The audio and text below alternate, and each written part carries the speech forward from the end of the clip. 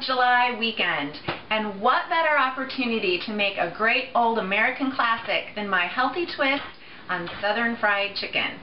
And what makes it healthy is instead of frying the chicken, I'm actually going to do the same process of assembly, but then stick it in the oven and bake it. So yesterday I took my chicken pieces and I had purchased a whole chicken cut up, and I cut the breasts in half, so now I have 10 pieces, all about the same size so that they'll cook evenly. And inside this bowl I put 4 cups of buttermilk and 2 tablespoons of kosher salt, 1 teaspoon of garlic powder, 1 teaspoon of smoked paprika. I love the flavor that adds, and then also a teaspoon of black pepper. So I took my chicken pieces, gave them a good old bath that lasted about 20 hours or so. You can go up to a day with no problem. And so that's been happening there. And I have my crispy topping. Since I'm not deep frying it, I'm not going to coat it in flour, I'm using cornflakes. If you don't like to have a lot of corn in your diet, another alternative would be this cereal Special K. Special K is actually a rice cereal, so that will help with your corn intake if that's important to you, Katie.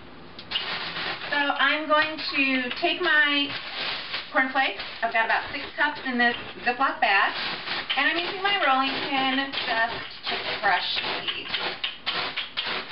It just takes a moment, and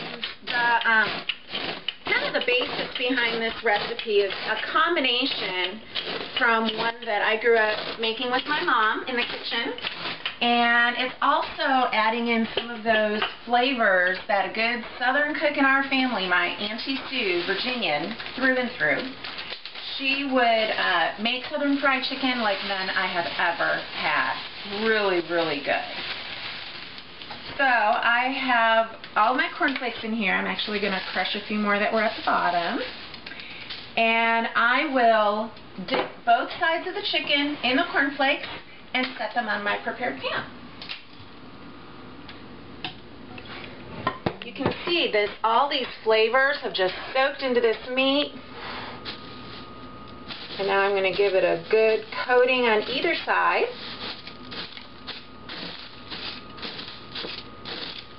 And set it right there. Only 9 more to go.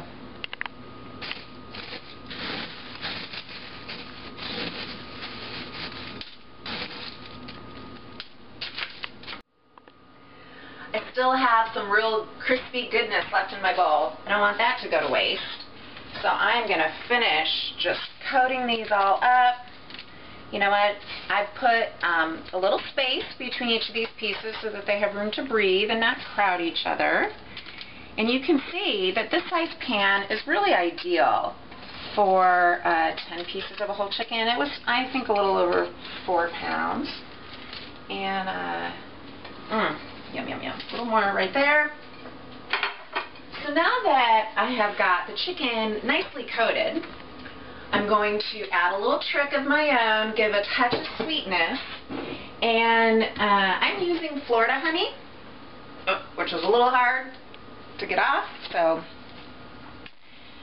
Florida honey is what I prefer to use because that's where I live. And one thing about honey, I'm going to just drizzle this on and tell you about an important aspect of honey, is it's a great allergen reliever, and so really you should invest in the locally grown farmed honey to help, especially if you're a person who suffers with allergies.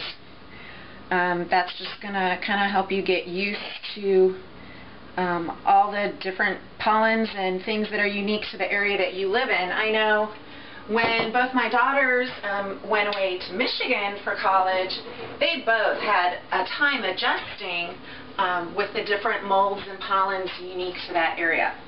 So this is all ready. I've already seasoned it. Those seasonings have been soaking into the chicken overnight in the buttermilk, and I'm just popping it in a 375 oven for about an hour. Oh, The smell of this has been driving me nuts. It smells so good, and you can see the color we're looking for with this chicken. A little bit of crispies. Can't keep myself from picking at those. I won't. And one last step, as this comes out of the oven, is we want the chicken to rest. It's too hot to eat, and we want all those juices to stay in the chicken. But I don't want the bottoms to get soggy, so I'm just going to take each of these and let them cool on this drying rack. Ugh. So when we get back, we get to bite into this. Too good. Well, it's time to clean up the messy pan. This is going to be a hard one, isn't it? Ha! This is why I prepped it. So, it is time to dig into this chicken. Oh, it looks so good. Let me see. How about a leg? And how about a little white meat cut into? Oh, this smells so good. And all of that flavor from the buttermilk has come in. And some of this good crispiness with the skin.